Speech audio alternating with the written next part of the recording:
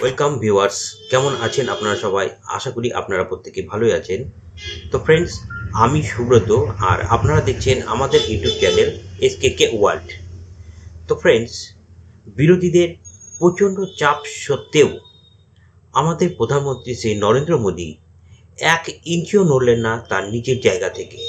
তিনি বললেন, যা হয়েছে ঠিক হয়েছে এবং আগামীতে আরও হবে।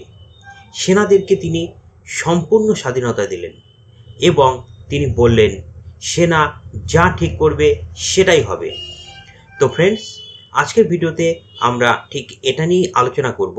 আর এই নরেন্দ্র মোদীর এই মনোভাবের জন্য পাকিস্তানের প্রধানমন্ত্রী যে ইমরান খান কিন্তু প্রচণ্ডই চাপে পড়ে গেছেন।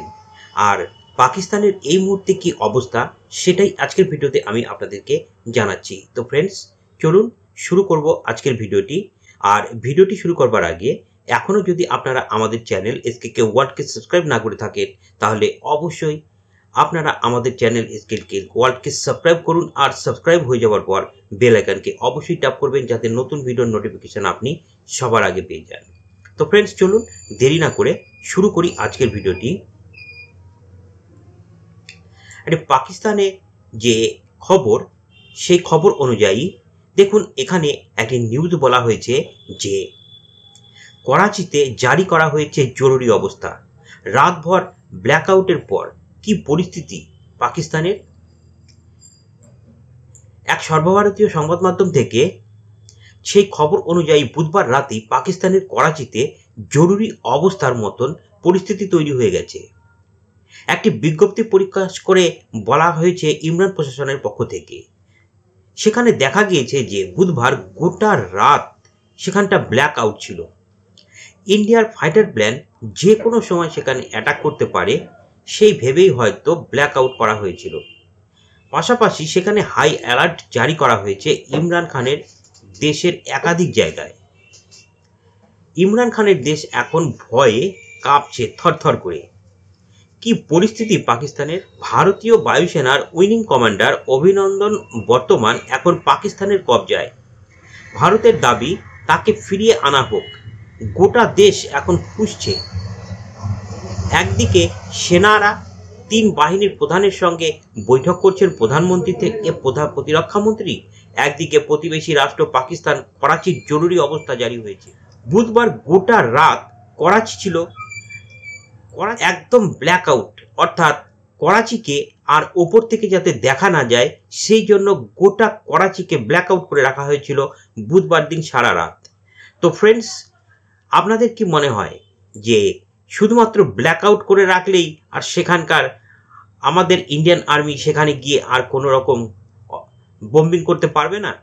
আমার তো মনে হয় তা না, কারণ এখনকার যে টেকনোলজি, সেই টেকনোলজিতে ব্ল্যাক আউট করে দিয়ে কোনো লাভ হবে বলে আমার মনে হয় না।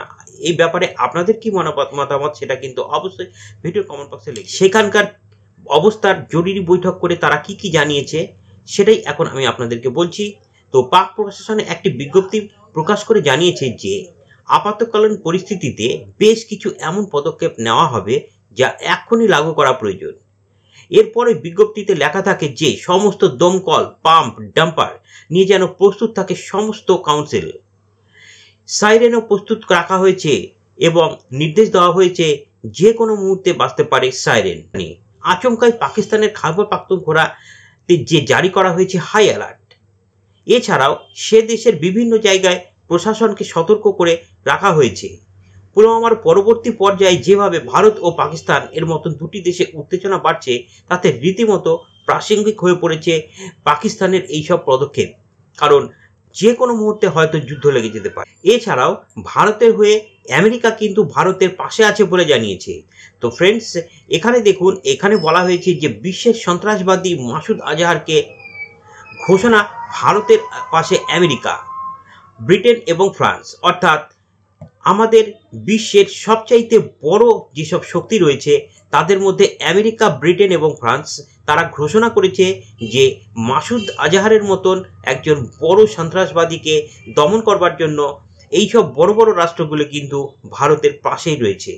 ভারত পাকিস্তানে প্রবল উত্তেজনার মধ্যেই জৈশ মোহাম্মদ প্রধান মাসুদ আজহারকে বিশ্বের জঙ্গি ঘোষণা করে প্রস্তাব জমা দিল 3 স্থায়ী দেশ আমেরিকা, ব্রিটেন এবং ফ্রান্স। মাসুদ আজহার এবং তার গোষ্ঠীর অবস্থান নিয়ে পাকিস্তান বরাবরই অস্বীকার করে এসেছে।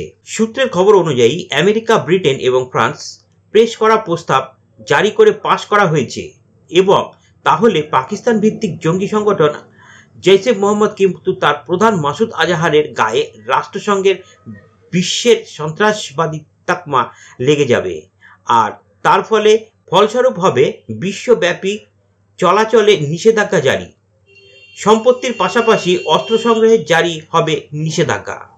রাষ্ট্রসংঘের নিরাপত্তা পরিষদের 3 স্থায়ী দেশের প্রস্তাব নিয়ে এলেও এতে সমর্থন রয়েছে রাশিয়ার, কেননা রাশিয়াও এর আগে মাসুদ আজহারের উপরে নিষেধাজ্ঞার সমর্থন জানিয়েছিল।